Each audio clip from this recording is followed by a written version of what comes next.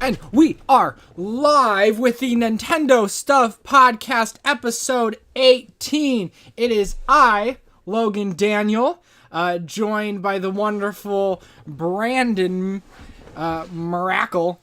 And we're going to talk about the wonderful Smash Direct that aired earlier today. I'm still reeling. If you guys didn't watch our reaction, that is up on the channel. If you did, you're in the right place because I said repeatedly on that stream to come and listen to this podcast. And that's what you're here doing. So thank you for joining us. We have a lot to talk about. Yeah, that was a 40-minute direct, and it was packed to the brim with all kinds of information. Why don't we just start from the top then? Okay. So Sakurai opens the direct by giving his little brief introduction about Super Smash Brothers, and then he goes right into the final character reveals. Yeah, I know. I had a feeling, we were gonna get some character reveals right off the bat. And we got the what's a good word to describe Ken? Just Ryu Part 2. Echo Fighter. But at the same time, there are some pretty significant differences between the two characters, even though he is an Echo Fighter. Yeah, he has a faster running speed. Yeah, faster running speed. He his uppercut is more powerful. It's flaming too, I think. Yeah. The flaming Shoryuken. He also has a lot of attacks focused on kicks. Yes. Which I guess are strewn about in Street Fighter 2 and beyond. So yeah, I like the differences between Ken and Ryu. Ken almost has enough differences to me that Echo Fighter almost feels like it doesn't need the name Echo Fighter. I'll say this, when they were talking about the differences and going into what makes him Ken as opposed to Ryu, I was like, wait, did they say he was an Echo Fighter? Even though they obviously did. But I was kind of questioning for a second if he was, just because of how significant some of those differences felt in the direct. Also got a huge, part of the big cinematic trailer at the beginning, which the other Echo Fighters were not blessed with. Yeah. So I can understand why you might not be sure. But that being said, it was all the same cinematic that they revealed Incineroar in as well. Right. I'm nicknaming him the Grinch Slayer. Because as soon as we saw Incineroar, the leak was debunked. Right. The first 5 minutes of the direct. And then not to mention that after the cinematic, they were like, this is all the characters, guys. This is every character. Which I can't remember exactly the wording, but obviously what they meant was this is all the characters at launch. Right. And there will be no more at launch. We obviously got a reveal of the the wonderful Piranha Plant at the very, very end. Well, not at the very end. It was close to the end. It was the second to last thing or something that they talked about, which I was glad to hear that we're still getting more characters and that they were planning to set because of Piranha Plant. For whatever reason, though, I think he is a fantastic choice and a much different character, right? Because when making selections for characters, I like that they're going out of their way to, actually think about how that's how they differ and what's going to be fun as they're doing that, Piranha Plant is so left field, but within the first few seconds of seeing him, I could see all of the moveset potential. just like utilizing all of the various incarnations of piranha plants throughout the Mario series.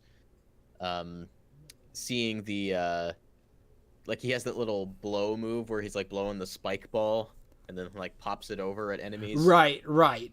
I think that comes from Super Mario Brothers 3. And then he also like changes colors, like if he spits poison and stuff, and that's actually more modern. But there's so much like representation in one move set, and the character seems so versatile. Yeah. And then there was all of these posts online after the fact, noticing that he had feet, which I was like, no duh, he had feet. It's not like the pot is gonna move around on itself, you know. We've also seen piranha plant feet before. This is not a new thing. I didn't know that, but I also am not surprised that we have seen piranha plant feet. I mean, even something like Petey Piranha, like he had, feet. And doesn't he's the final Smash too. And a lot of people are messing this up. Piranha Plant's not transforming into Petey Piranha. He's summoning Petey Piranha. Yes. And in fact, it's Petey Piranha as he appeared in the Subspace Emissary in Super Smash Bros. Brawl, which is awesome. Right. It's a nice callback. Yeah, he shows up with the cages, he slams them together, and I guess he traps you in them. Right. They didn't say what happens if you do get captured, though, so we don't know.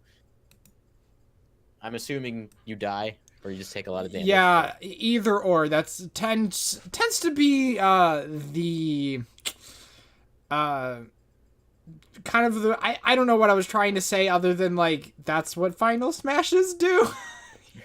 They try to kill you and they tend to be a lot stronger. So yeah, Piranha Plant I'm incredibly excited about, which is something that a large portion of the internet seems to not be. And that's upsetting because I think there's so much flavor in that character. I feel like honestly this character is a lot more exciting than getting like an echo of Sonic, that being Shadow, or and we can talk about like the bunked leak, right? With Isaac and Banjo, and not that I wouldn't want to see some of those characters, but this character is like, it has I feel like more potential to differentiate itself from other characters, and give players a different experience, which adds to the value proposition of Piranha Plant being a character. Piranha Plant also represents an entire aspect of video games that hasn't been covered yet. Minions. Oh yeah, Minion characters haven't been repped yet, and now there's one in the game. Yeah, that's true. And then also, I think in the same like sentence, like I was saying on our prediction discussion, that I would like to see more villains. And while Piranha Plant isn't necessarily a villain, he is a bad dude, right? And he's an enemy. He's a minion. And I think that goes in line with really what I wanted out of new characters. Is I wanted more variety in terms of just like what are their motives, or that sort of thing. Are they good guys or they bad guys? And we needed more bad guys, and this is fulfilling that role. Can we talk about he has an alt costume? So not only does he have the pot, but he also has a warp pipe. Oh, that's great. So that's great. I think I might have seen that, but like after the direct, I did some things and then I knocked out for a few hours. So yeah, there's actually 2 different renders, like character portrait renders, one for each. That's amazing. So pretty cute. Speaking about unique fighters, though, we did kind of fly over Incineroar, so I kind of like to wheel it back. Oh yeah, for sure. Incineroar has one of the coolest new movesets of the entire new roster right now, in my opinion. Yeah, I mean they just like, he's a wrestler, like he's gonna do all those cool. He's like the WWE character in Smash, you know. He's also, a grappler. Yeah, exactly, and that's why they were emphasizing like get those grabs in, and he just, and I love the visual design of Incineroar in Smash. Like, it's just, he looked really sleek. And some of those facial expressions, like even in game, not like just really like it's in line with the more attentive animations, like facial animations for the whole game, compared to other entries. But I feel like even then, Incineroar's like facial animations are just like second to none. You know, It might be some of the best we've seen so far. He's super expressive. I love how after you do attacks, he'll like taunt or like flaunt to the audience, seemingly for his entire moveset, and that you can cancel that. oh yeah, So like if you're like a really good Incineroar player and you're just playing somebody online, you'll essentially be taunting after every single attack you manage to pull off. yeah. I I also love his the rope pull attack, where he'll like grab you and like throw you into the ropes that show up, and then they bounce back. I think, mm-hmm. and I think you can finish it off with like a lariat or a lariat. Right. Super cool attack. And focused on timing. Not a lot of attacks. Yeah, operate yeah. like I was gonna mention that the fact that like there are multiple outcomes depending on your timing, and it's not like it's like, oh, you miss or you hit it, but there's also that like third option of like it's kind of like neither, you know, but it's still like interacts, and so I don't know, I wonder how that'll play into the strategy with this character, you know, especially as the meta evolves with this game over time. Yeah, definitely. I'm certainly interested in seeing where Incineroar places on a like an early tier list. I know Incineroar did not have a lot of support behind him in the Smash community. I was one of the few people who like wanted Incineroar. Right. That said, he's a lot more popular in Japan. And us Americans think we're the only people who matter a lot of the times when it comes to these Smash characters. Well, I mean, I would say that most people think that their opinion is like the only opinion. And I think breaking out of that is difficult. So I'm just not surprised in general that some people are like upset that their character didn't make it in. And it's like, guys, everybody just calm down. You're not the only person in the world. You know, let's just take a step back for just a minute. Yeah. I think he's a great addition to the roster. It makes sense to add another Pokemon. Pokemon is a big seller, grabs a lot of attention. Just makes sense. Let's see. I mean, we also got confirmation that there are 5 more DLC characters on the way. Yeah, and that was really cool. And they're coming in packs. We're not just getting like, we're not just paying. And they said it's about $5.99 is what they're aiming for. Right. You're getting a character. You're getting what we assume to be that character stage. And then also music tracks to go with it. Now, the other thing about that is I think the music track part is pretty telling because I had a discussion with my roommate earlier, and he was talking about how, for the most part, with the DLC characters for Smash Wii U, they were from like franchises that were previously unrepresented. Right. I'm glad that you said that, because I was going to say the same thing. And just based on that, I don't think you can necessarily, I don't think that's a great support just to say that like all these characters are going to be from unrepresented franchises.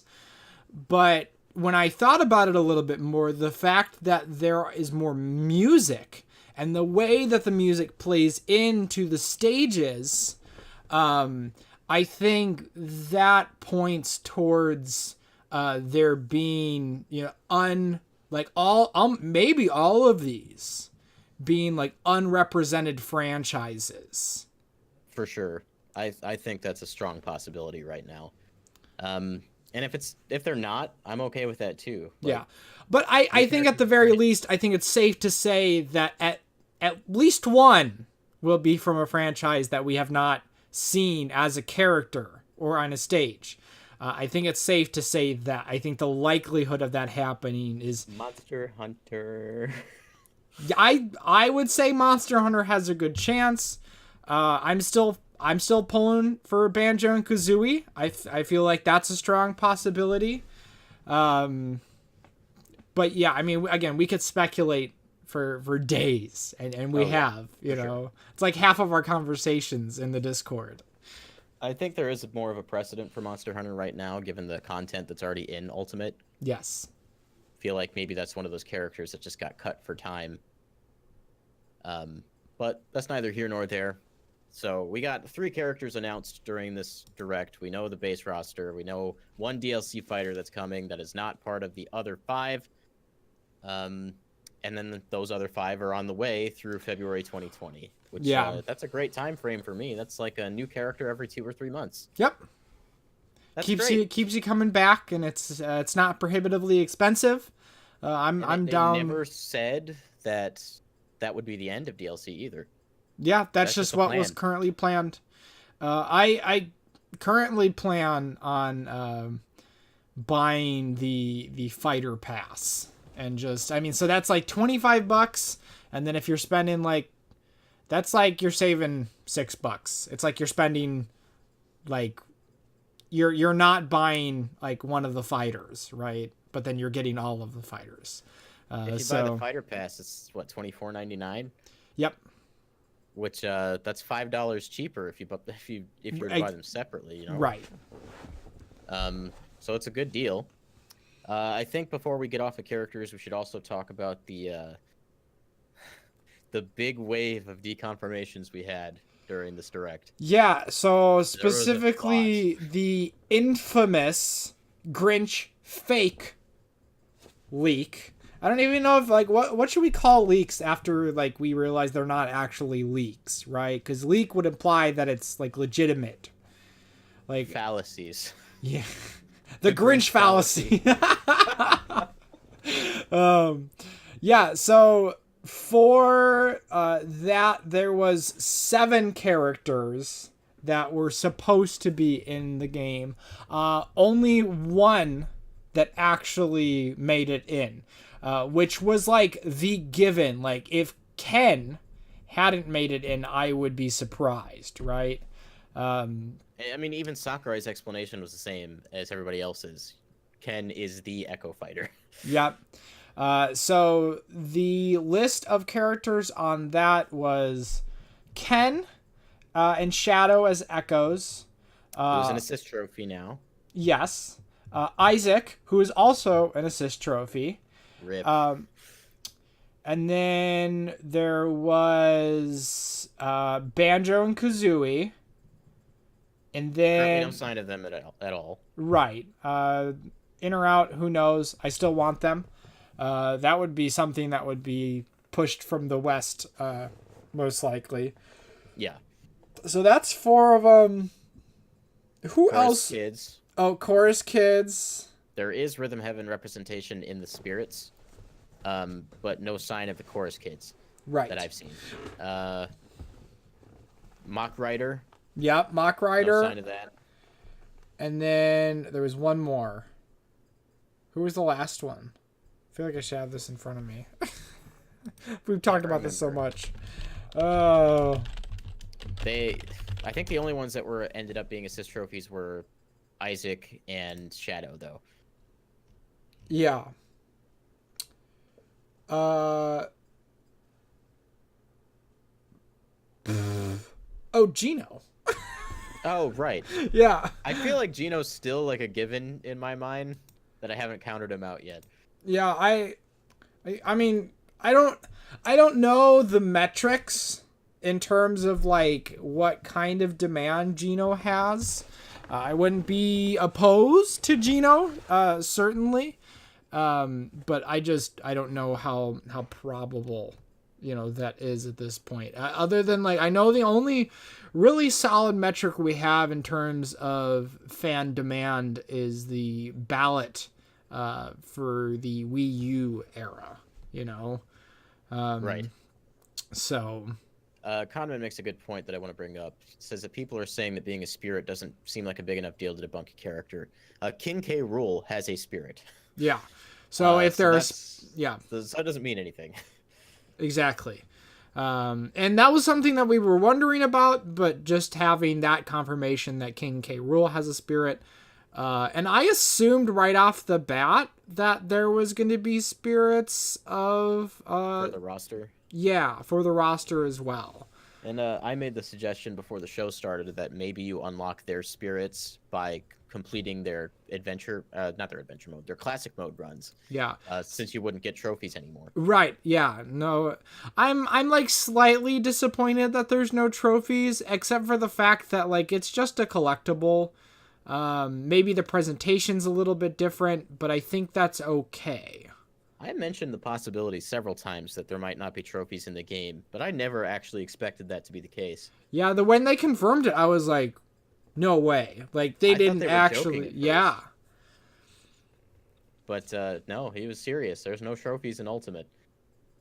I'm okay with that though. Like if trophies was the cost to get adventure mode and spirits, that's okay. Yeah, because I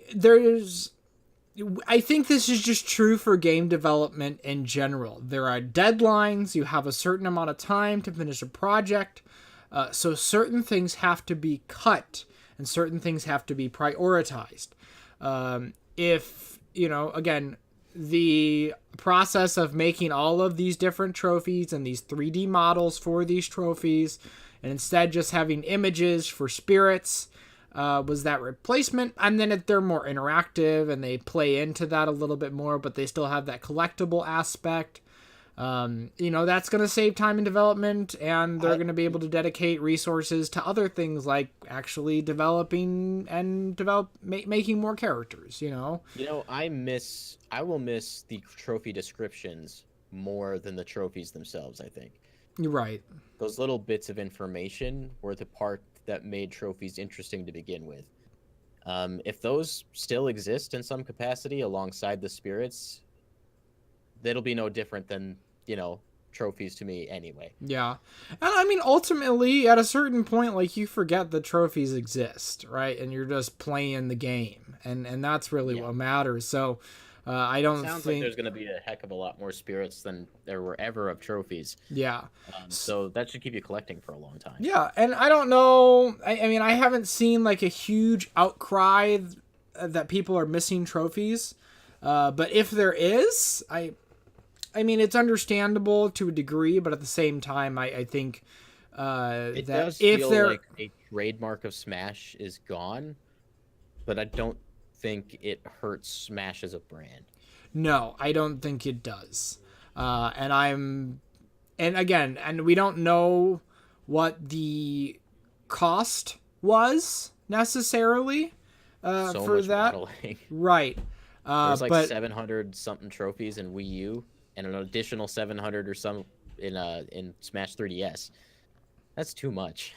Yeah, it's a lot of resources, and so if losing those means we get a better game overall and we get other types of content, I think I'm okay with that. Though I don't think we'll never ever know for sure what the trade-off precisely is. Now that we're talking about spirits a little bit, that was kind of the next big thing that Sakurai got into during the Direct. And he just kind of went right into it. Like, he didn't explain what the mode was, but rather just started explaining spirits as a concept. So spirits are the souls of characters who are unable to return to the real world, was what he said. Right.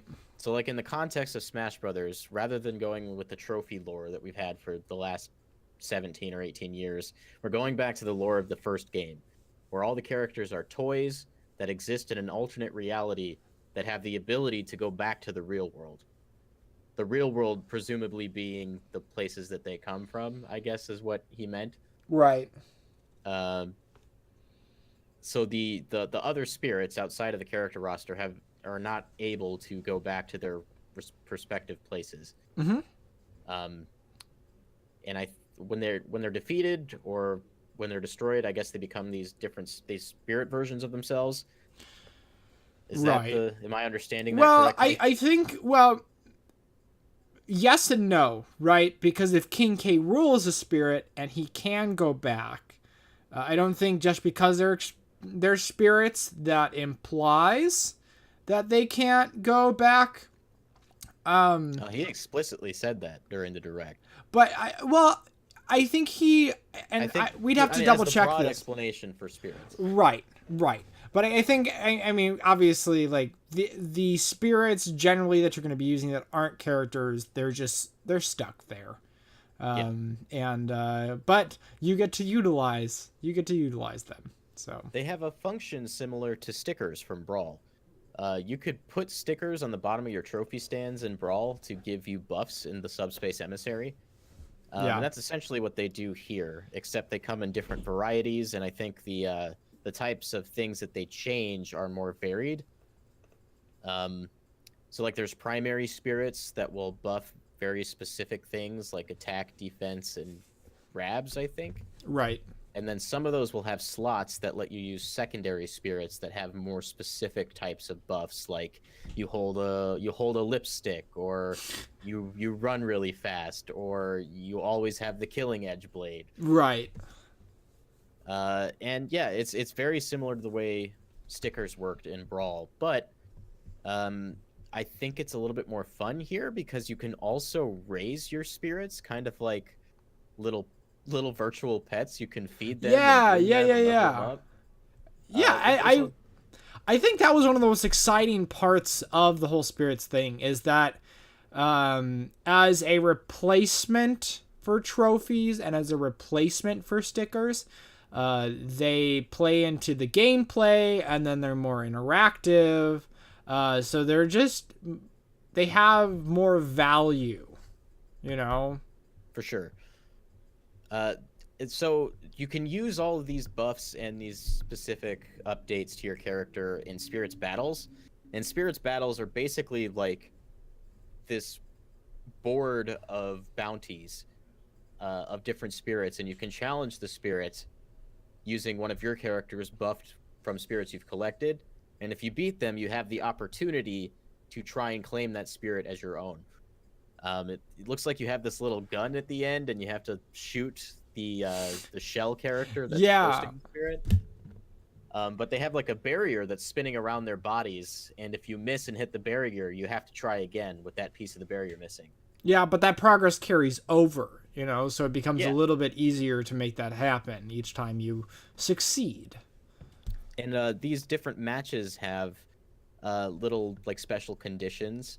Like the first example they gave was Lakitu, and rather than fighting Lakitu, you fought, I think it was Iggy, in the Bowser, the Bowser Jr. alternate costume, Right. with 3 little mini Bowsers that were red to represent the spiny shells. Yeah, yeah. I like how they remix it. Like they mix it up like that. You know what these Obviously, are, don't you? what? You know what these are, do you? This is event match. Oh, right. Yeah. They've essentially replaced event matches with this whole spirit system. Well, also kind of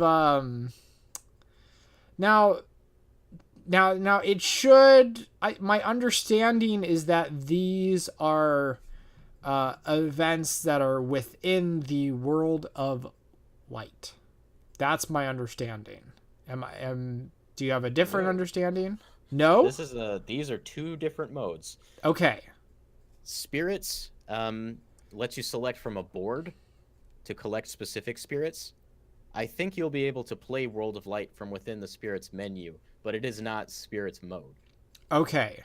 Spirits mode is the Spirits battles where you're trying to collect more spirits. But you can use those in World of Light. That's Right. the way I understand it. Okay. So Spirits and Adventure mode should be 2 different things. Right. Well, I mean that's cool because that just sounds like more content and that makes me happy. Yeah, I think the adventure mode is going to have more focused missions because the spirits missions are going to be kind of random and selectable from all of the different spirits in the game. Right. There's a lot of single player content in this game. It looks like. something that Smash 4 was sorely lacking in. Yeah, it seems Um, like they really kind of just found a good way of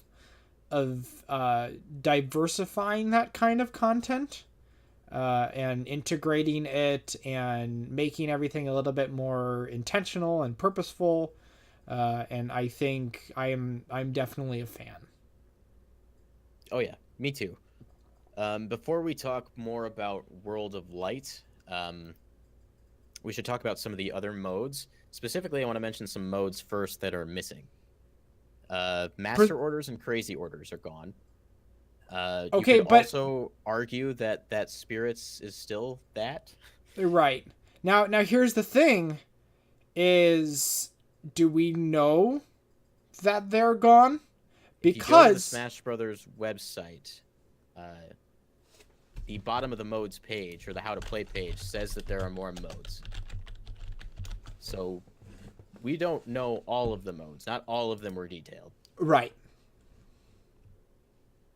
Did you had a further comment on that? It sounded like. Yeah, I mean, just in general, like, again, there's still things that we haven't seen. Like, we haven't, to my knowledge, we haven't seen the Games and More menu.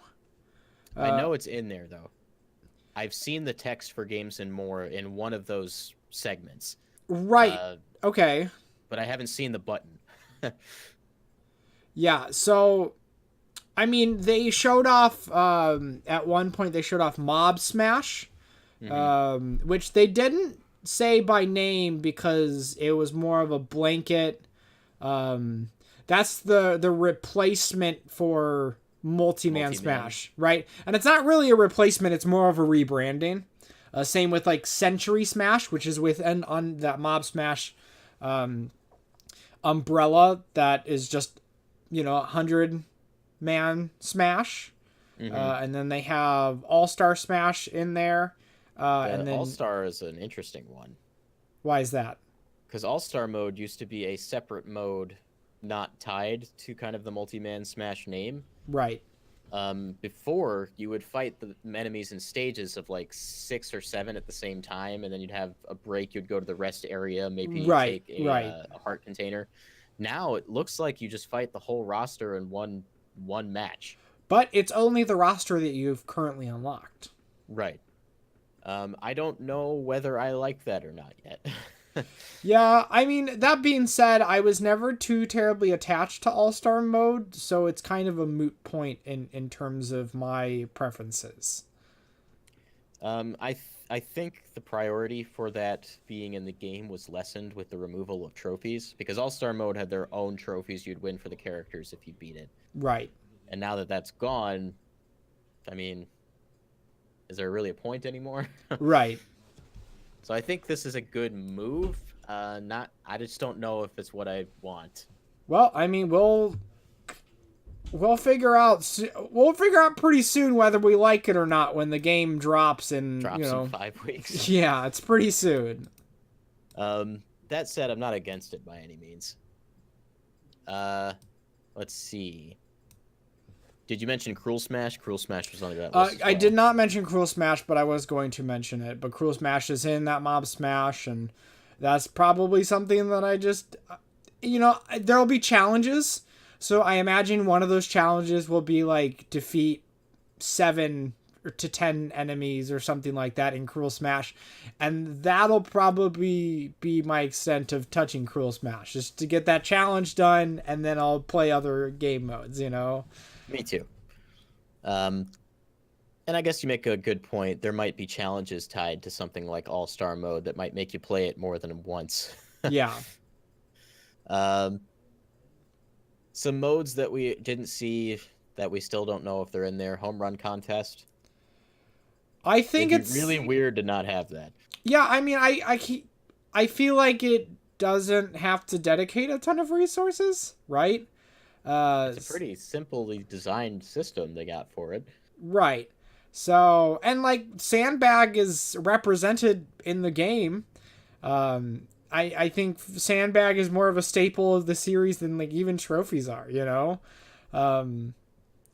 I would be really surprised, especially since at E3 they had like a sculpture of Sandbag, right? Yeah, So right. I'm pretty sure at the very least it's in the game. I would be surprised if some form of target smash wasn't in the game as well. But maybe that's something that they just assumed people would assume would be in the game, so they didn't feel the need to talk about it. Because, I mean, 40 minutes is a lot of time, you know, and you don't want to necessarily make a presentation like that much longer just to talk about things that are people are just know. going to, assume are going to be in the game in the first place. And if they're not in there, I wouldn't rule out the possibility of them just adding stuff as free updates every once in a while. Oh yeah, just adding in modes in addition to the other pieces of DLC. I could totally see that. Keep people coming back to it. Now I'm just really curious to see if we've seen the games and more. Just the menu. Menu, yeah, because I don't remember. I don't remember seeing it. We've seen the icon. I think I saw it referenced in the challenges menu somewhere. Yeah, but we haven't seen it in and of itself. So, I mean, there's Right. a whole bunch of modes that may be in the game that we just don't know about. Also, we haven't seen the actual the function of the main menu. So, I'm still wondering about like how that'll function, if it's like truly like a radial menu or not. I feel like it is a radial menu. That's what it looks like. Yeah, and I've mentioned this. I think radial menus are fantastic UI. In the August Direct, we saw the Smash menu icon get selected and brought into that menu, where it was then not a radial menu anymore. But at the very least, I think the front page might be a radial menu. Yeah. One of those menu options that we were speculating about yesterday was online, which we got detailed today. Oh yeah, the details for the online stuff and the customization is something that, you know, we talked pretty in depth about. Congratulations, Logan. You were right. Yeah, just predicted it. We were like, oh, look at all these. You could just do whatever and forget for fun and for glory. And I'm so glad I was right. Then the actual like options that we have for preferred rules are really detailed, like more detailed than I would have thought. Oh yeah, and I also enjoy the fact that it's not too terribly rigid in the sense of like, here are my preferences, but you might end up in a place where those rules aren't exact, right? And you know, that's an effect of just matchmaking in general. Right. But I'm glad that they opened up the possibility for that. And there's preferred rules is turned off, or it can be turned off, which makes me wonder if they have just like a preset rule that they've designed for online that you can also opt into. Right. Either that or it just defaults to other people's preferred rule sets. Because I think, as I understand it to be, you get thrown into like a match, right? And then it randomly like chooses somebody's set of rules. And so that would make sense. So like they're going to be matches online if you keep playing that. You're going to get specifically your preferred rule set, right? Or you might get somebody else's. And match you to somebody who wants that rule set too. Yeah, who's going to like, oh, well, they have something similar, so it's reasonable to think that they would be okay playing this rule set at least for this match. And I've already decided like the rule set I want to play with. Like, I want 1-on-1 for the most part. 6 minutes, 3 stocks. All stages with hazards off and no items. Like, right. That's the way I'm probably just going to be playing for the most part. That's going to be the way that probably a lot of people are playing. It just seems like a pretty standard way of going about that. Right. I mean, you literally just get to choose everything. You get to choose what items you're having. Some of them are separated, like Smash Ball, Assist Trophies, Pokeballs. Um, I don't even know what that, but there's a few, and then there's like other, which is like, okay, the rest of the items. Yeah. Stage, all hazards off, battlefield, Omega form, time limit, stock up to 3, rules, time, stock, stamina, format, smash, team battle, 1v1. So I mean, these are good options. That's about as much as I honestly could have asked for as far as options for online play. Yeah. I really don't have any complaints about that at all. I also like how, Global Smash Power is coming back, and that will also play into matchmaking. That's nice. And it's per character too. Yeah, So per if you're not good character, with a but particular then character, you'll be matched with someone who probably isn't either. yeah, but there is an overall Global Smash Power, and then Like an average. they'll like estimate, like if you haven't played with a character, they'll kind of like estimate a Global Smash Power for that character for you, which I think is also pretty cool. Yeah, that's nice because there was no kind of ranking matchmaking in Smash 4 Yeah. or before that at all. I'm just kind of looking, brushing over the direct again. I totally missed the fact that, I mean, I don't know if this was a factor in Smash Wii U, but if you self-destruct on purpose, You'll be disconnected. you can be disconnected. So they actively discourage that kind of thing. They actively encourage people to get a LAN adapter to have a smooth online experience. They did with Smash 4 too, but I think it was funnier this time. Yeah. We should talk about Elite Smash.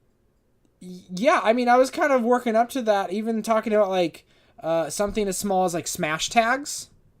And Right, yeah. like that's a really cool aspect. I like being able to see how many times I've beaten this certain person, and then you can turn those in.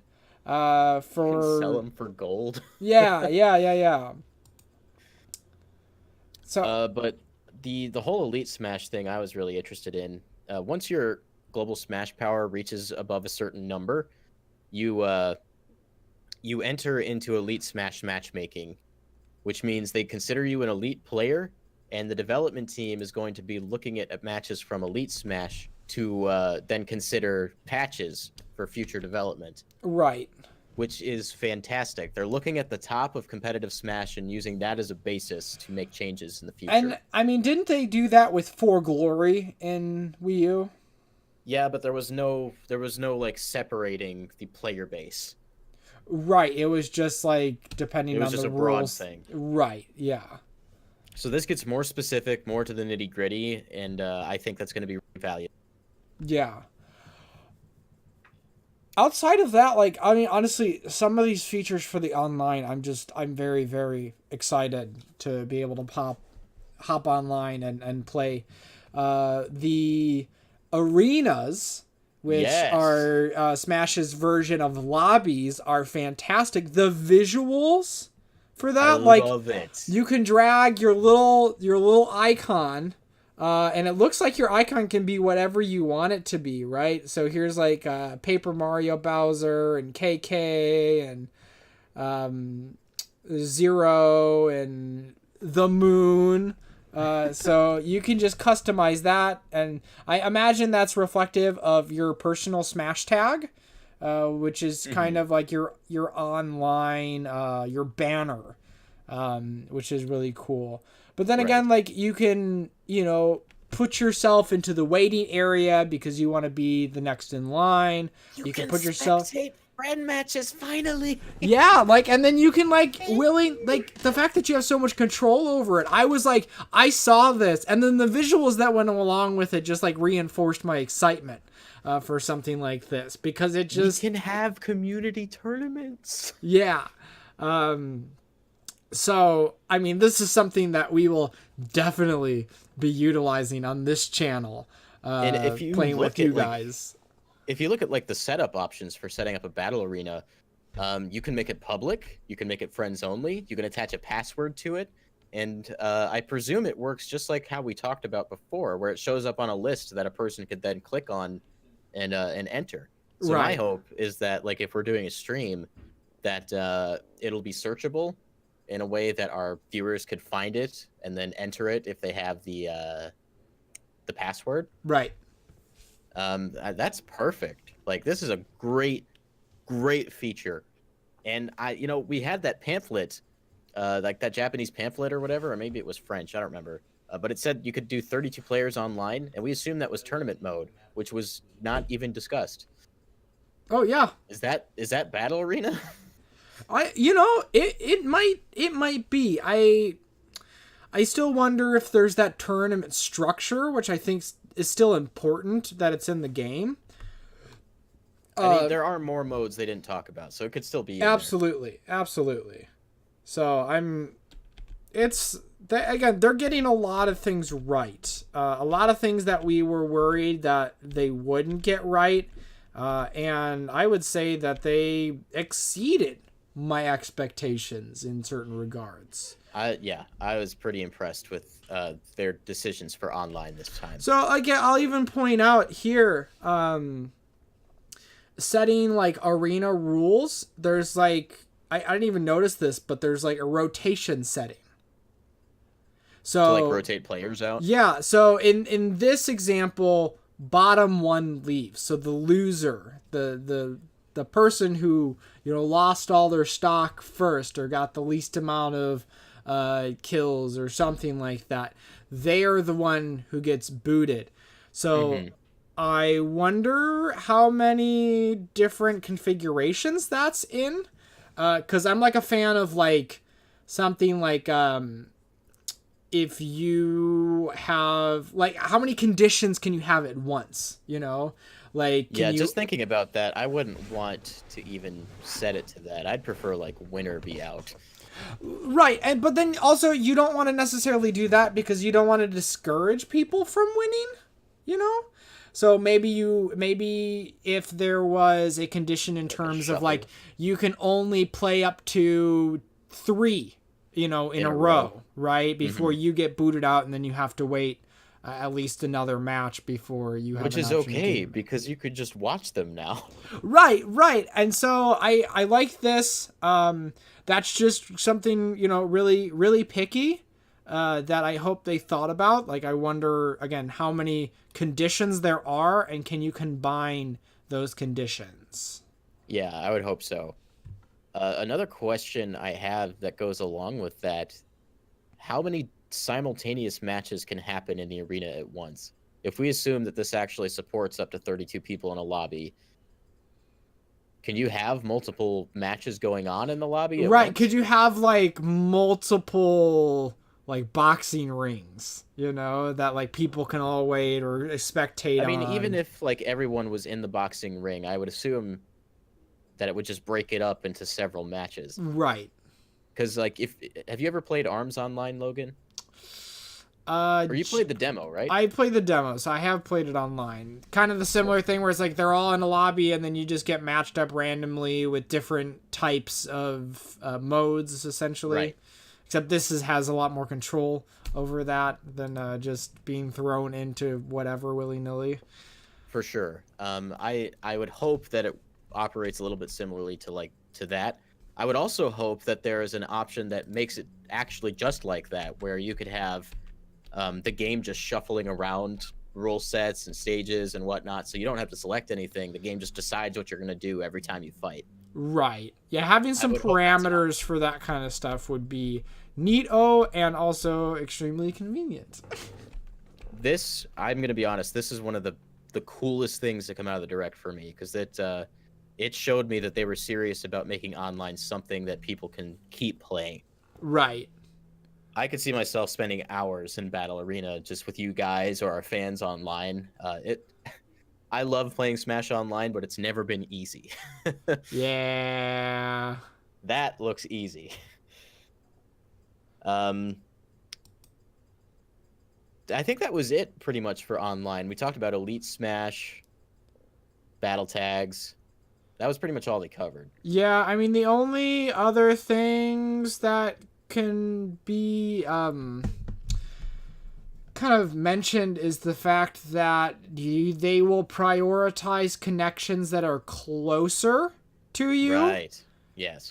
Which is great because that's going to just improve the online experience. So while you may not necessarily be playing a lot cross region, they didn't say it was impossible. But they also were like, well, we want people to have a smooth experience.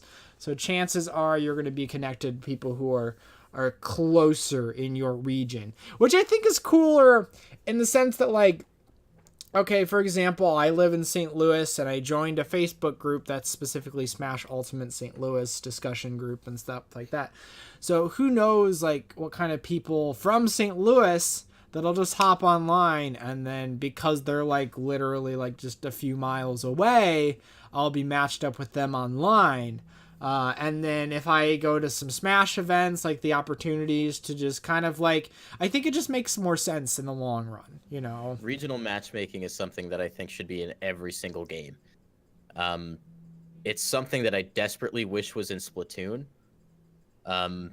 Especially like, you know, we're adults, and most of the time, if we're going to get to play Splatoon, it's going to be at night.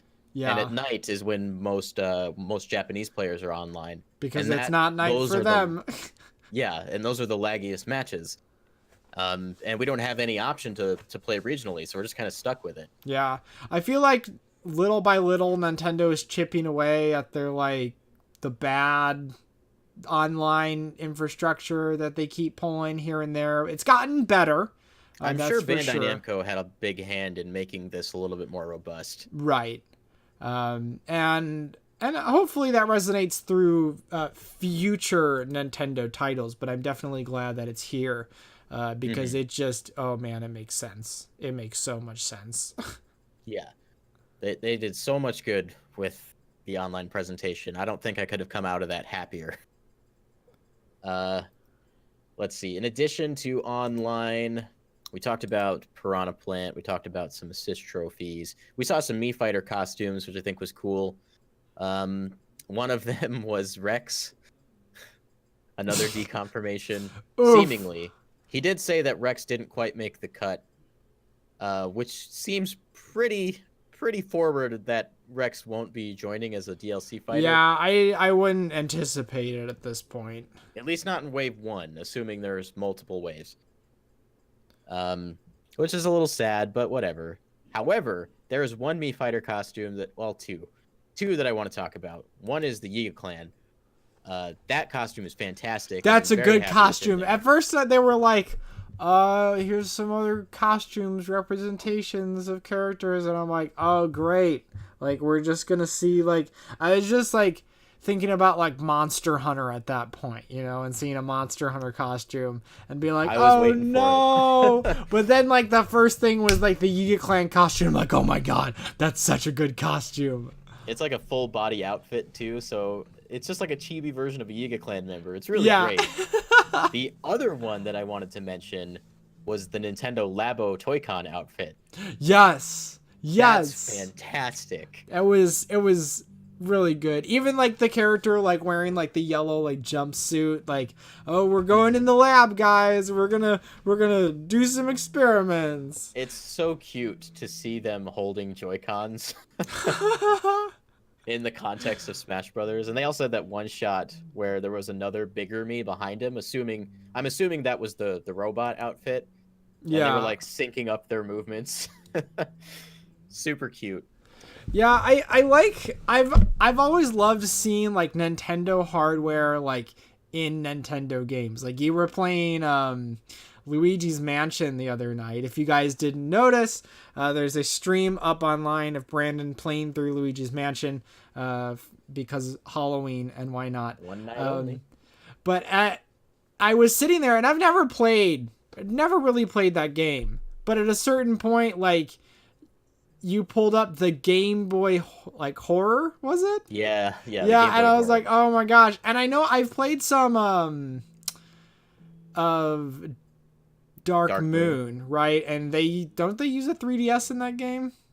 I think they just use a classic Nintendo DS. Right, but it's still like, oh man, this is great. I love Nintendo just being so forward with like, oh, here's our hardware. It's like shameless self-promotion, but then it's also really cool. I mean, two of our characters are based off of hardware. We have Rob and we've got Duck Hunt. Right, right. So it's all over, and I love it. So yeah, they gave us some Mii Fighter costumes to kind of mull over before Sakurai eventually mentioned the DLC, talking about how they don't want to stop there, and then he made a fantastic little joke where he just kind of sat there for a moment, then he blinked, he breathed in, and he said, "I'm never gonna get a break, am I?" Or something like that. I was like, no, Sakurai, poor Sakurai. And I then think he was just toying with the fans who worry about him. right. It was a cute little gesture. I think that was a recognition that he knows that we care. I think Nintendo at this point was like, hey, Sakurai, you can like take a break if you want. You're gonna make us enough money anyway. Like you could take a week off, and I think we'd be fine. But at the same time, like, he smiles while he's saying it, so he's like simultaneously proud of all the work he's done. Right. I mean, I think that's true. Like, there have been times in my life where I work really, really hard, and maybe it's not of my own accord. Maybe it's something like I remember doing countless hours of like choral work, you know, and being like, okay, you guys got to show up, and just to like, oh, this is too much, right? But then once you get to the point where the product is complete, and you're performing in front of people, or you know your product is released out into the world and people are like, whoa, then you're like, all that hard work, it's like all the hard work and the pain really didn't, it's not a bad thing. It's just something that you end up forgetting about because the end product is just, you did it, you know, it's finally here. A very similar experience making the 50 Fact Extravaganza. That was some of the most work I've ever put into a single product I've ever made. And I did it over a weekend where I gave myself maybe like 3 total hours of literally doing anything else besides sleep, I mean. Right. But I finished right at my bedtime on Sunday night before I had to work the next morning. And I felt so good that it was done, but at the same time I felt terrible because of how poorly I cared for myself. Right. And there obviously needs to be a balance, but like I think the way that it paid off just like also was like, hey, you did it, maybe you should do a little more of this, maybe not in exactly that way, and maybe you should just, you know, dedicate a little bit more time over time, but it was worthwhile. And it seems I would like change it. Yeah, it seems like Sakurai has like a similar disposition towards Smash Bros. Oh, for sure. And he's definitely gotten better about it. Like he's confirmed that he's only doing 10-hour days now. He's actually going home, seeing his wife. It's better, right? That's better. All I can ask. And of course, just in a couple months here, he'll probably spend a lot more time at home. Yeah, I can't imagine that he's going to be as needed just for, you know, this for sure smaller amount of content. And then we went through the fantastic, lovely Piranha Plant reveal, which we're getting as free DLC if you register on My Nintendo with your physical game before January 31st. Yep. The day that Piranha Plant comes out, they've confirmed it will be in February. You will receive a code to your email, and then that code will then give you Piranha Plant as DLC. So make sure you guys do that if you buy the game at launch, or even through January 31st. Just make sure you do that so you don't have to pay for Piranha Plant later. And then after that, Sakurai started to close the Direct, and then he kind of slowed down, and then just casually just talked about adventure mode as if we knew it was there. He just dropped it into the conversation, and I've watched several reaction videos, and like all of the double takes I've seen from people, like, adventure mode, excuse me, hello? Yeah, I was still anticipating this. I can't remember exactly what my reaction was, But I was like, okay, finally, they're finally talking about it, right? But it's not like I didn't anticipate it. Now, what I didn't anticipate is just how like pretty that overworld would look. You know, I was kind of taken aback because it seemed a little simplistic, but then I was like, that art is really pretty. And at one point, like Shulk jumps into some like water, and, like there's some water effects, and I'm like, I'm so into this right now. And there's like little buttons and switches and different interactables like on the world map that make it feel more like an adventure. Yeah, There's this segment where Ness is like walking through, it almost looked like a maze, and there was like little pieces of fruit that he could find, but he was running through it. Like that definitely looked like a part that was going to take some, I don't want to say skill, but like definitely take some time to get through. yeah, you maybe do a little bit of thinking, a little bit of exploring, you know, and that's what we wanted. Yeah, and then I guess we should talk about how he introduced it. So he introduced the idea of spirits and how that plays into the lore, because he's essentially changing the entire lore of Smash Brothers and building something new with this. And then this cutscene starts, and then Fox shows up, and then he starts talking, and I said, "Wait, Fox is talking in a Smash Brothers trailer." And then all the other characters appeared, and then Zelda talked, and Marth talked, and Pit talked, and characters were talking, and I was like, "Wow, I wanted that." We talked about that yesterday. I wonder if this means we're gonna get more cutscenes within the game. I've got feelings about that. Before the trailer premiered, Sakurai said, "I'm going to give you an idea of how it all started, and then leave the rest up to your imagination." I think that was it. Yeah, I think we might have an ending cutscene, like for the final boss fight. right. But I think you're getting a beginning and an end, and everything else in between is just entirely up to you. I could see that being the case. I'm not necessarily tied to the cutscenes. I'm glad we got that opening cutscene that kind of set the stage. And I look forward to what that final boss is gonna be like. Because that's what I'm most, interested in. Obviously, it's like, We oh, have his look name, at, by the way. oh, do we? His name was revealed on the Smash website. His name is Galeem, Galeem. Galeem. Like, I think it's a pun for the word gleam, like Right. a gleaming light. Oh, that Which that plays would into make his name, sense. World of Light. Right. Yeah. But we don't know a whole lot about Galeem. We didn't even get to see what he actually looked like, assuming that isn't what he actually looks like, Yeah. with the light and all of the wings around him. Right. But as the cutscene goes, we get like a ton of master hands coming down, and everything's like really unclear, but kind of scary. Like the setup was actually a little bit frightening, and then all of the characters die Everyone died. They were except like, Kirby. except Kirby. I thought that was so funny. I was talking in the Discord earlier. You can find a link to the Discord in the description below the video. But I was like, we kept discussing as to like who's the next character that's gonna die in this next Smash Direct. Because like each one, almost each one, there was like, okay, here's a new character, and here's a character that dies, right? Most notably when they revealed Simon Belmont and Luigi died. And we were just wondering who was going to be the next person that died. And then they all died. They murdered everyone. Everyone is here. Oh, wait, never mind. I like that they've established Kirby kind of as the primary hero of the Smash series, because this is actually the second time he was the only person to survive. Logan, you played through Subspace, right? Maybe.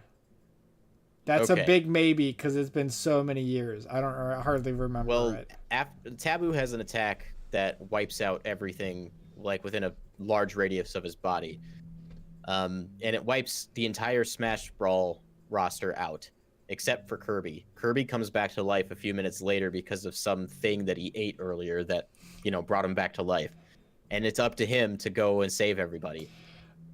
I feel like there's probably a myriad of reasons why Kirby is the chosen one. Sakurai's baby. I was gonna say, like, I think that's part of it. It's like this is Sakurai's character, um, He and gets like more frontman status than Mario does. right.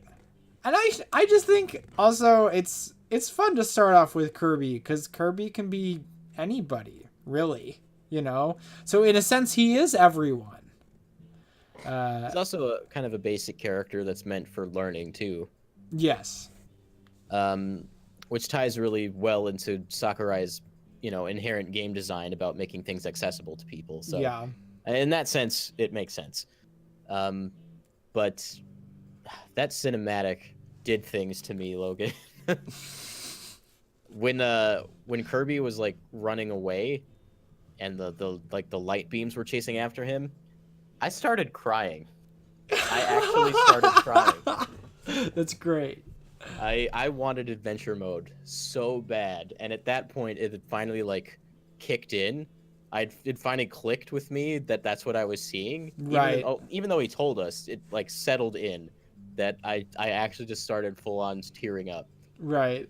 And then you get that part where you see like the wasteland, and Kirby lands, and then the vocals start. The song has vocals. Yeah. Yeah, that was great. I was like I think this is like a new thing for Nintendo, just putting vocals like in their songs and like constantly. I mean, specifically, I remember like the reaction when Super Mario Odyssey dropped, and they revealed Jump Up Superstar, and everybody was like, "What?"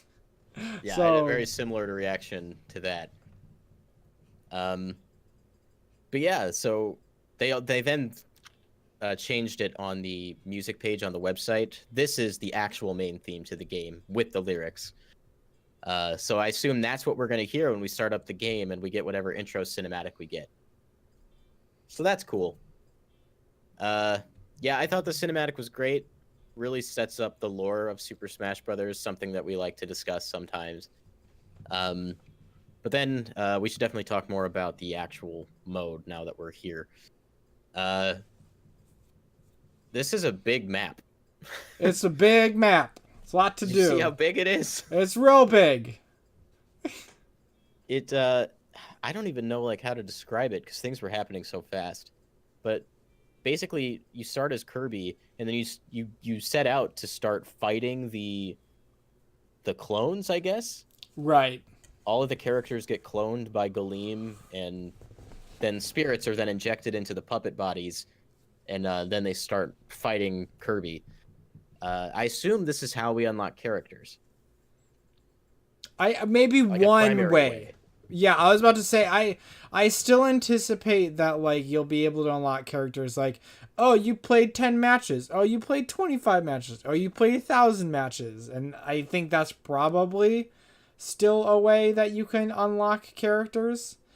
But I would also imagine that there might be multiple conditions that you could meet to unlock the character. It looks like they've abandoned the kind of subspace model with platforming, which is another thing we kind of discussed yesterday. Yeah. So the platforming seems completely gone and has been replaced with this overworld map traversal. I'm okay with that. I'm okay with this too. I'm very okay with this. But the thing that makes it cool is that the actual matches, the fights themselves, have interesting setups. They're also like event matches, kind of like the Spirits mode, where they have special conditions and things aren't just like a regular fight. Right. They might have they have the spirit abilities for one. I think Kirby, when he was fighting Mario transformed into Metal Mario while he was fighting him. So just cool things like that.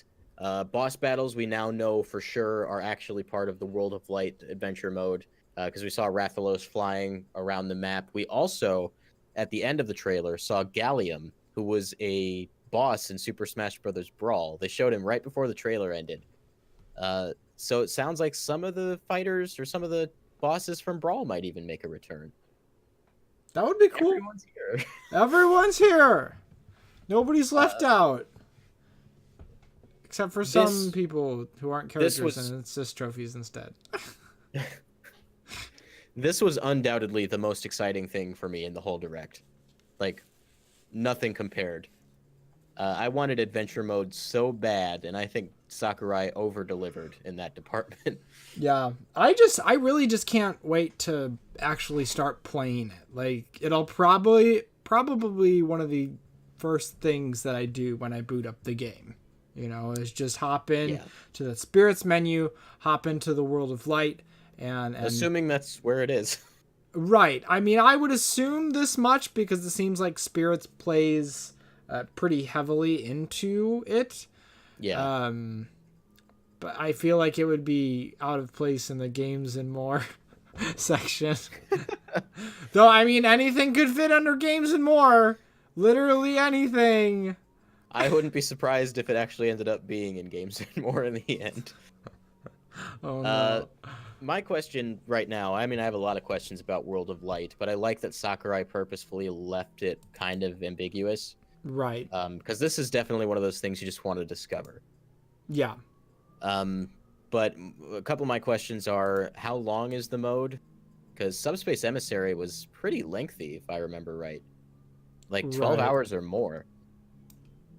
But the map is so big, and it looks like there's so many stopping points where you have challenges that I could see it being over 20 hours long.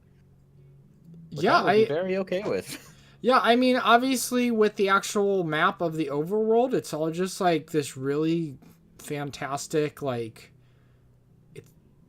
it's a drawing, you know, it's a piece of art, you know, that the characters exist on top of with a few other effects, and so building something like that is a lot easier than building like whole platforming levels in Subspace, you know. So they can make it a lot more expansive with, you know, significantly less resources dedicated to it, you know? For sure. And I guess we should also mention that the map that we've seen might not even be the whole map. I think there was a segment where we saw the Great Fox flying in space to another planet, and I don't recall seeing that on the map anywhere. Of course, it was all covered in clouds, so I can't Right. be sure. Yeah, But and that's another thing is like we don't know where the boundaries of the maps exist. We just know that like there is a map and that, you know, some of it is covered up. I wonder. I'm really wondering how they went about like this because again, it looks really solid, visually. Mm-hmm. Just trying to like comb back over that segment and like even like, you know, there's at one point Kirby's like on top of like a mountain and it looks like it has like a 3D aspect to it, which makes it even more compelling. I don't know, it's gorgeous nonetheless. There you know? also seems to be like map events that happen because there's like one shot where Master Hand like destroys a bridge, which I would assume then makes it so that you can't get to the other side. Right. So there might be like little mini events that take place, just like in the context of the map. There's also a segment where like Pokemon Trainer summons Lapras to swim across the water, which makes it seem like you can't access certain areas unless you have certain characters because they need their abilities. Yeah, we don't know how exactly robust this is, you know. There's even like a certain section like outside of the actual map which has diverging paths and all this other stuff and Is it like the retro looking maze? yeah, but there's where is it? It is like right about here where they show like somewhat of like a skill tree. Oh yeah. And I think it actually just says it's a skill tree on there too. oh yeah, it says skill tree.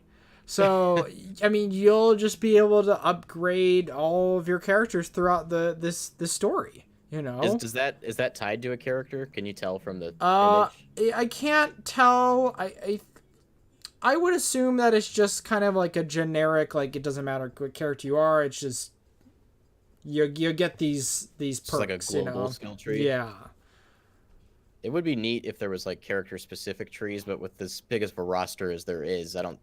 That's not necessary. Also, this totally exists within the Spirits menu, and there's how do you like know?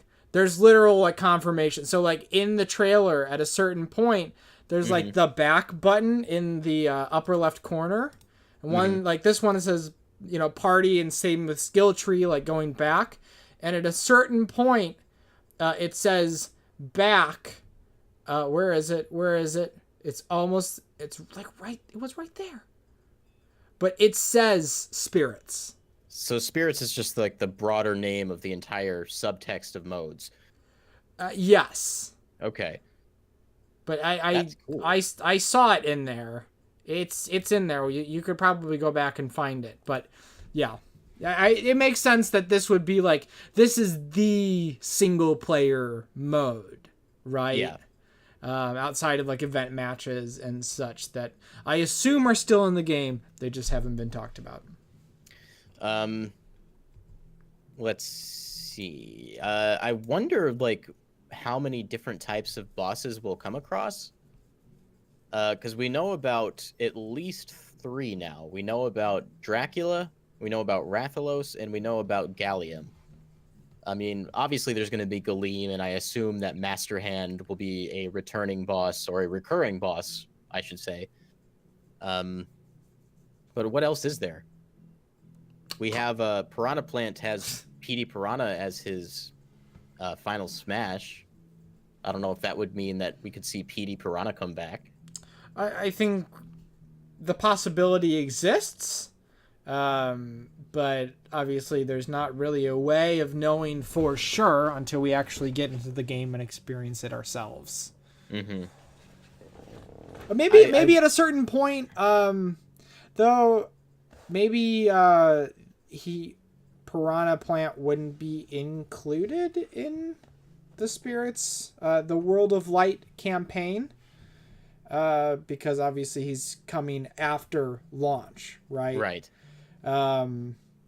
But I could see there being like an allusion to that character, or maybe like a part of the map updates, when a character's released. Yeah, that'd be cool if you get to then go save the character and go back to World of Light after presumably being done with it for a while. Right.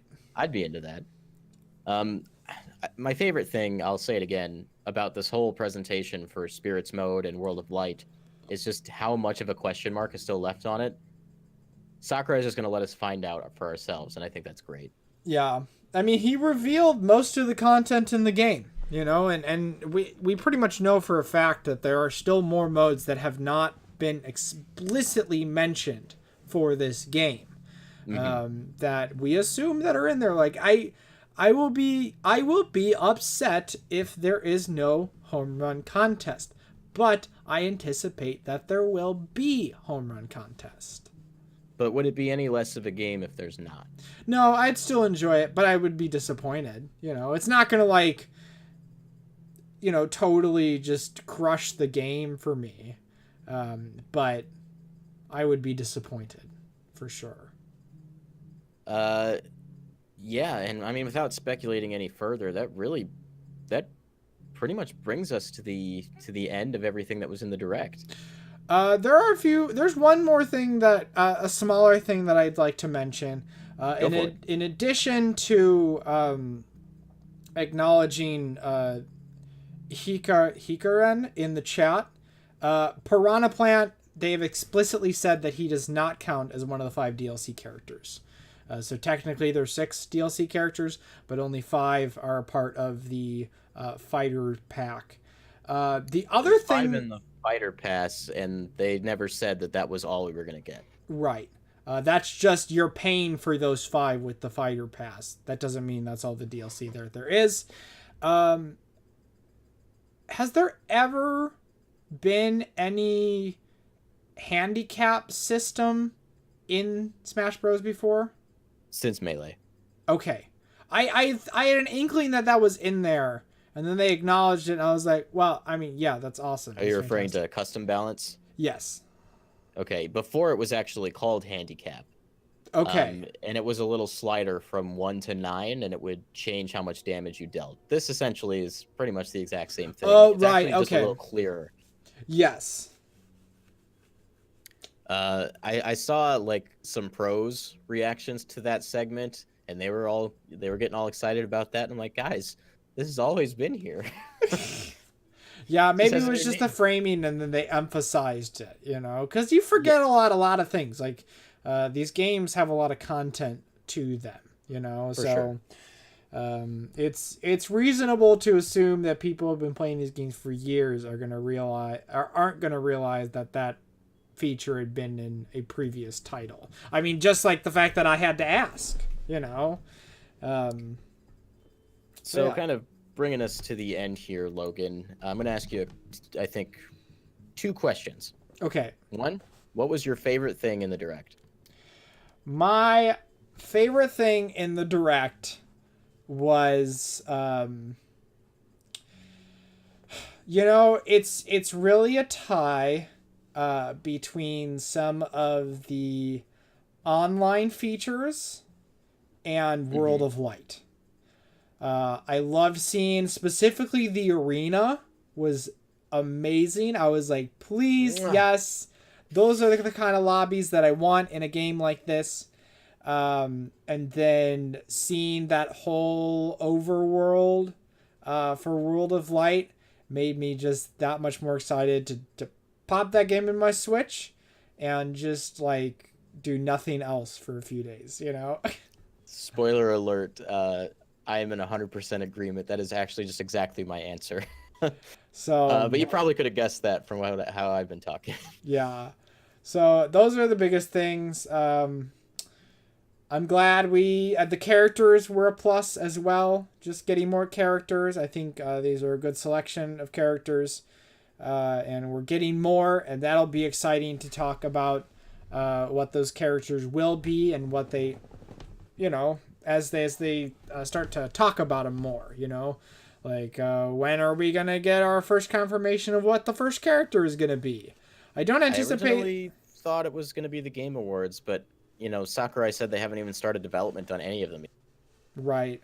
So I'm gonna retract my statement and say that we will not see it at the Game Awards. Right. I wonder if they've decided on those characters already. I imagine that they have. I think they did. I think that was implied when they mentioned that Rex didn't make the cut. Right. They may have also been decided within the original design document. We don't know. Right. Yeah. Or at least under consideration by that point. Yeah, like, okay, like, maybe put in, like, okay, here are the ones for sure that we're developing. And these are the ones we'd like to get to, but we can't commit those resources and the time because we're trying to, you know, again, make this deadline. That's why I'm saying Monster Hunter. I feel like Monster Hunter was one of those. I'm not biased. No, I'm not. And the other question I want to ask you, Logan, did this direct, was it below your expectations? Did it meet your expectations, or did it exceed your expectations? I feel like that's the wrong framing of the question, right? Because I think it did all of the above, right? Well, let's break it down. I think overall it met my expectations. But that comes with some positives and some caveats, you know? Some caveats is, I think, the possibility of something like the Grinch fallacy being legitimate was something that raised my expectations in terms of the characters that I anticipated seeing, you know? We got 3 character confirmations, and only one of them had any overlap with this alleged fake leak, you know? Right. And in that regard, I was a little bit disappointed, but at the same time, I've pretty good about turning things around and gaining, okay, realistically what was possible, and this is more than enough. And we have 74 fighters at launch, 75 confirmed, you know? And that's a lot of characters. And it's not like Smash 4 didn't have a lack of characters either. Like, when I played Smash 4 for a few hours, like a week or two ago, like, I didn't think about all the characters that I was missing, you know? I was just thinking about the characters that were there and how much fun I was having, right? The same goes for this. I'm not going to be thinking about those characters that I'm missing until, of course, they're like, hey, this character is coming in like a month. And then I'll be like, oh my God, I can't wait to play it. But it's not like it's going to rob the experience that is already there of the enjoyment. It's just like having that added anticipation put on top. In terms of things that kind of met my expectations, obviously they talked about some of the game modes that we anticipated would be in there. I'm like, okay, it's nice to, hear about those things. I'm in a way, I'm kind of glad that they haven't talked about everything because we don't know what form some of those things are going to take. Like, right. For example, Home Run Contest, I think, is a given, and I don't think it's going to change much. I don't think it should change much. And so, like, whatever. But in terms of, like, Target Smash, well, there have been a few different iterations of Target Smash. And so that could come back as an old thing. It could come back as an entirely new thing. And that makes me still excited. Like, they didn't give us absolutely everything, but pretty much anything you wanted to know, in terms of like, oh, we don't know what Spirits is. They seem to specifically focus on the new. Yes. And I think that was good. Things that exceeded my expectation. Spirits and the online modes. I had what I wanted, and then I had what I expected, right? And they gave me what I wanted, and then some, right? And so that was just incredible to me. I think the whole overworld map for World of Light is so much more interesting than trying to get through a bunch of generic-looking platform levels, And I think that I say generic in the sense of like, I think Brawl is kind of an ugly game visually. I mean, Ultimate is an evolution of Brawl's look, but kind of melded together with the more colorful aspects of Smash 4. Right. I think it looks more interesting than Brawl. Brawl was just kind of, it felt faded, It was gritty for the sake of being gritty. Yeah. So in those regards, it definitely exceeded my expectations. But I think overall, like, it met my expectations in terms of, like, that's how I should feel after a Smash Ultimate Direct, So... Yeah, I agree pretty much everywhere for the most part. I don't think there was any areas where my expectations were... where it was lower than my expectations, because I didn't believe the Grinch leak, but right. That doesn't make it hurt when characters like Isaac, don't make the cut. Right.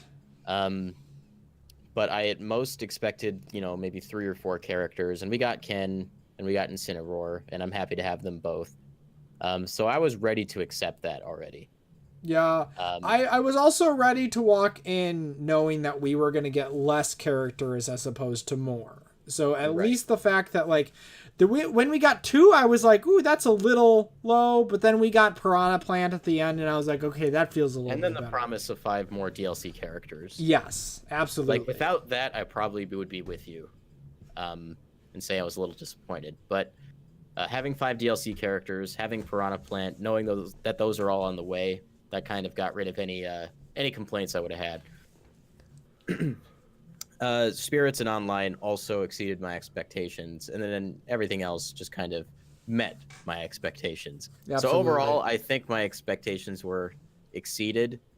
It doesn't take a lot a lot of cool things to do that with Smash Brothers because it's already so big. So if they actually manage to do something new that's exciting, that's already enough to exceed my expectations. Right. Yeah. So yeah, I was really happy with that. Seems like the internet's a little divided, but the internet's the internet. I'm buying Smash Ultimate on day one, and I couldn't be any more excited. I mean, I already have my plans for that wonderful day, that wonderful morning. I'm gonna wake up and I'm gonna go pick up my copy, and then I'm gonna go back, and hopefully that day I'm not working, and then I can just spend an ungodly amount of time, just playing that wonderful game. I've got a little vacation lined up for Smash Ultimate. We talked about possibly streaming the Game Awards on December 6th. If we do that, I would have to depart somewhere partway through that to go pick up my copy of Smash Ultimate. Right. But we can discuss that as we get a little bit closer.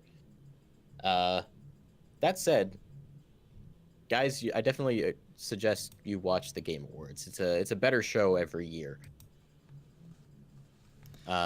And I would not be surprised if we see a little bit of Metroid Prime 4. Yeah, I was about to say, give us Metroid Prime 4. It's time. It's time. I mean, Smash and Pokemon will have pretty much already... Pokemon definitely will have been released, but then Smash releases, that night and the next morning for those who don't get it early. So it's about time to start talking about some other titles at that point, We've been talking about Smash for the last 6 months. But yeah, with all that in mind, guys, I think we're going to wrap it up for tonight. Thanks so much for watching. I hope you guys enjoyed the Direct as much as we did. I hope you guys are as excited for Smash as we are, and I hope you guys will be playing Smash with us when it comes out. We're going to be using that hot battle arena mode that they announced.